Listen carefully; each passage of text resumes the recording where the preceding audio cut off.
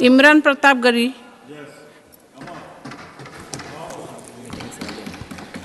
Ma'am, मैं प्रधानमंत्री जी की। इमरान जी, you have 5 minutes. Ma'am 10 minute. You have 5 minutes. We requested chairman साहब। Okay. He allowed 10 minutes. Ma'am, प्रधानमंत्री जी की सैकड़ों बार थपथपाई गई मेज के बीच अंतरिम बजट पेश किया गया और बड़े बड़े दावे किए गए। देश ये कैसा बनाया आपने, लूट कर पैसा बनाया आपने, देखिए जलते दिए भी बुझ गए, अजब दीपक राग गाया आपने। मैम,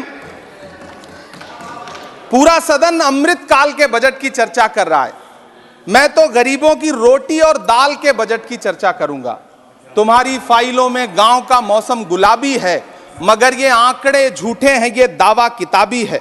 मैं इस बजट को अमीरों के लिए पेश किया गया बजट कहूंगा। इसमें गरीबों के लिए कुछ है ही नहीं। नौकरी मांगने वाले नौजवानों पर लाठियां बरसाने वालों, आपने इस बजट में युवाओं को क्या दिया? आपने पुरानी पेंशन बहाली की मांग करने वालों को क्या दिया? सालों से अपने लिए छत तलाश रहे लोगों को आपने इस बजट में क्या दिया? कुछ नहीं। और फिर आपको पूरी उम्मीद है कि पूरा देश आपके इस पेश किए गए बजट पे लहालोट हो जाए, तालियां पीटे, मंगल गान गाए। कैसे संभव है? मैं सदन में खड़ा होकर के इस बजट पे चर्चा करते हुए कहना चाहता हूं कि इस बजट में फुटपाथ पर रहने वाले, छप्परों में रहने वाले, झुग्गियों में रहने वालों के लिए क्या है, उनके लिए क्या है जो प्रधानमंत्री के किए गए वायदों की बाट जोह रहे हैं। हर साल फरवरी की खूबसूरत सुबह और सजी हुई संसद से बरसते हुए झूठे वायदों की जवाबदेही कौन तय करेगा? कौन बताएगा कि 2022 में प्रधानमंत्री जी जो सबको पक्का मकान देने वाला वायदा किए थे उसका क्या हुआ? लोगों के सरों पर छत देने वाले प्रधानमंत्री जी के जुमलों से अलग उन्हें यह क्यों नहीं दिखता कि राज्यों में बैठे हुए उनके नुमाइंदे लोगों के सरों की छतें उजाड़ रहे हैं?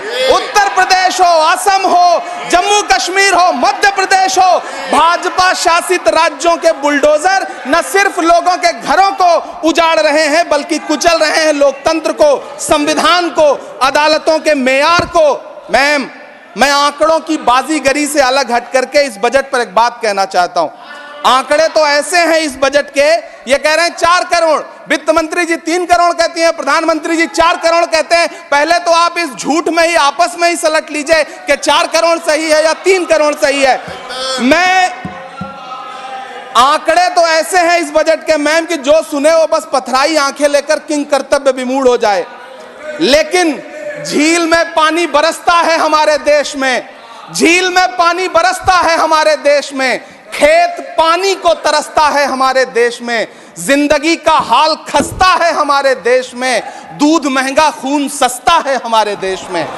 मैम, रोजगार, महंगाई, किसान, मनरेगा, पेट्रोल डीजल के दाम, गैस सिलेंडर के दाम, फसलों की एमएसपी की गारंटी, इन सब जन सरोकार की बातों से इस बजट का कोई लेना देना नहीं। हमारे ट्रेजरी बेंच के साथी हंगामा कर रहे हैं। मैं तो कहना चाहता हूं मैम, वो एक बार इनके एक नेता एक गांव में गए और उन्होंने गांव में कहा कि गांव वालों आओ, मैं तुम्हारी समस्याएं समाप्त करना चाहता हूं। गांव वाले इकट्ठा हो गए। नेताजी ने गांव वालों से कहा बताओ तुम्हारी 2 समस्याएं बताओ, मैं दोनों समस्याओं का यहीं पे समाधान करूंगा। तो गांव वालों ने कहा साहब हमारी पहली समस्या है कि हमारे यहाँ कोई हॉस्पिटल नहीं है। तो नेताजी ने मोबाइल निकाला, कहीं फोन मिलाया और मिला के फोन पे पता नहीं क्या कुछ कहा कि यहाँ गांव में हॉस्पिटल नहीं है, हॉस्पिटल तुरंत, यहाँ हॉस्पिटल चाहिए। गांव वाले खुश हो गए कि 1 मिनट में यहाँ हॉस्पिटल आ रहा है। अगली समस्या के बारे में उन्होंने, नेताजी ने गांव वालों से कहा कि मैंने आपकी पहली समस्या समाप्त कर दी, दूसरी समस्या बताओ। तो गांव वालों ने कहा साहब इस गांव में कोई भी मोबाइल का नेटवर्क ही नहीं है। ये है इनके काम करने का तरीका, ये है झूठ बोलने का तरीका। इन्होंने वायदे किए बड़े बड़े, जो 10 साल के इनके वायदे हैं मैं उनके बारे में बात करूंगा। वायदों से ज्यादा इनके नारों पे बात करूंगा। पहला नारा था बहुत हुई महंगाई की मार, अब की बार मोदी सरकार। आइए इस नारे की समीक्षा करते हैं। पेट्रोल, डीजल, गैस, ये तो बड़ी बड़ी बातें हैं। आटा, चावल, दूध, दही, पनीर, छाछ, सब चीज पे जीएसटी। अरे ये फिल्में टैक्स फ्री करने वाले लोग कफन तक पर जीएसटी लगा रहे हैं और ये गरीबों की बात करते हैं। मैम ये सरकार झूठ की सरकार है। ये सरकार के जितने दावे हैं सब खोखले हैं।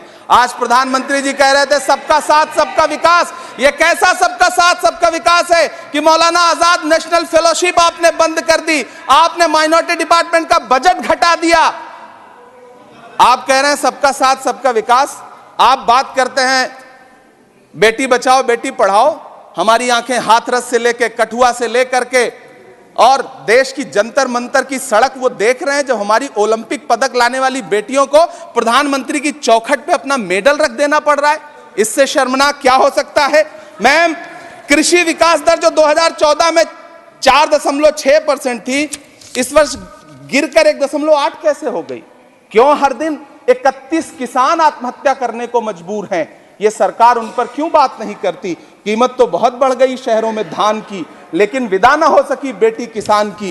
मौका मिला तो लोगों ने कुर्सी के वास्ते तस्वीर ही बिगाड़ दी हिंदुस्तान की, और आज बड़ी बड़ी बातें कर रहे हैं। मैं यहां पर आपसे खड़ा होकर के मैं अंत में इतना कहना चाह रहा हूं कि वित्त मंत्री जी ने बजट में ट्रेनों के डिब्बे को वंदे भारत कोच में बदलने का एक प्रस्ताव रखा अपने भाषण में। ठीक है, ये सुनने में कानों को बहुत अच्छा लगता है, लेकिन मैम ये सरकार ट्रेनों की सुरक्षा के बुनियादी मुद्दों पर एक शब्द नहीं बोलना चाहती। बालासोर हादसे में घायल हुए लोगों की चिता की राख अभी तक ठंडी नहीं हुई है। वंदे भारत के वीडियो पोस्ट करने वाली ये सरकार कभी भारत की जनरल डिब्बों की, रेलवे के स्लीपर क्लास डिब्बों की वीडियो अगर पोस्ट करे ट्विटर पे तब समझ में आए। बिहार से, इलाहाबाद से, लखनऊ से दिल्ली आने वाली, मुंबई जाने वाली ट्रेनें देख लीजिए, उनकी हालत देख लीजिए, तो आपको लगेगा कि ये वही ट्रेनें हैं। आज स्थिति ये है कि रेलवे स्टेशन तो छोड़िए, रनवे पर खाना खिला रही हैं आपकी प्राइवेट एयरलाइंस। अभी आपने जुर्माना लगाया है, नोटिस दिया है एक एयरलाइंस को। यह स्थिति आपने करके रख दी है ट्रेनों की, एयरलाइंस की। ऐसे में मैम कागजों पर तो आप कितना भी वंदे भारत और बुलेट ट्रेन सर पर दौड़ा लीजिए, लेकिन असल में भारत की ट्रेनों की डिब्बों की सवारियों की हालत देखने लायक है। अगर सरकार खुली आंखों से उसे देखना चाहे तो देखे और उनकी स्थिति सुधारे। आज प्रधानमंत्री जी ने अपने भाषण में यहां खड़े होकर कई बार न्यू मिडिल क्लास की बड़ी चर्चा की, न्यू मिडिल क्लास जनरेट करेंगे। लेकिन मैं तो यहां खड़ा होकर के सरकार से कहना चाहता हूं कि न्यू मिडिल क्लास का जुमला अपने पास रखिए। यह बताइए कि जो पुराना मिडिल क्लास है उसके साथ आप कैसा व्यवहार कर रहे हैं। आज उसकी स्थिति क्या है? आप अमीरों के कर्जे माफ कर रहे हैं, उद्योगपतियों के कर्जे माफ कर रहे हैं, और यहां स्थिति यह हो गई है कि जो मिडिल क्लास, उसकी जो रोजमर्रा की जरूरत की चीजें हैं उस तक पर आपने जीएसटी लगा रखी है। आप फिल्में टैक्स फ्री करते हैं, लेकिन स्टूडेंट्स के प्रतियोगी परीक्षाओं के फॉर्म की फीस नहीं माफ कर सकते। आपको बाकी जगहों पर टैक्स लेना है, हर जगह टैक्स लेना है।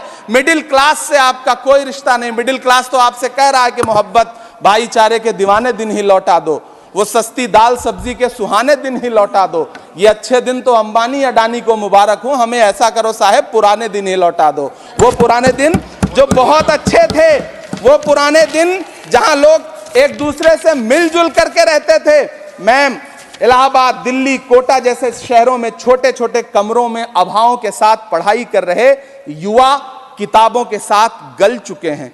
उनके हिस्से अधेड़ अवस्था तो आई है, लेकिन नौकरी और रोजगार नहीं आया।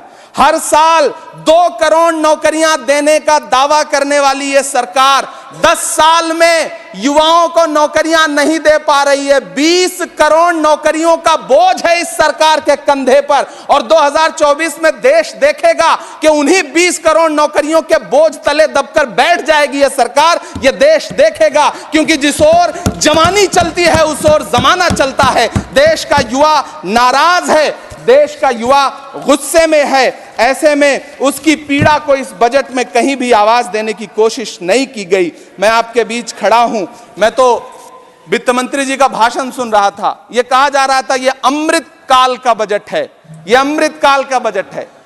यह कौन सा बजट है यह बाद में तय होगा, लेकिन मैं इतना जानता हूं कि यह इस सरकार का अंतिम बजट है, आखिरी बजट है। Please conclude इसके your बाद न्याय का बजट पेश होगा, जिसकी इमरान चर्चा जी, राहुल गांधी जी अपना- पूरे देश में कर रहे हैं। न्याय का वाणी बजट, को विराम 5 न्याय, दीजिए। महिलाओं Your के time लिए, is over. युवाओं के लिए, सामाजिक न्याय की बात जिसकी चर्चा पूरे देश में Your time जाकर is के over. राहुल गांधी जी कर रहे हैं, वो न्याय का बजट पेश होगा अगली बार। ये इस सरकार का अंतिम बजट है, अंतिम बजट है। अमृतकाल में गरीबों की रोटी और दाल के लिए इस बजट में Thank कोई you. प्राविधान नहीं है, आपका time- कोई आपका चर्चा time नहीं खत्म हो गया है। है। बहुत बहुत धन्यवाद। Thank you.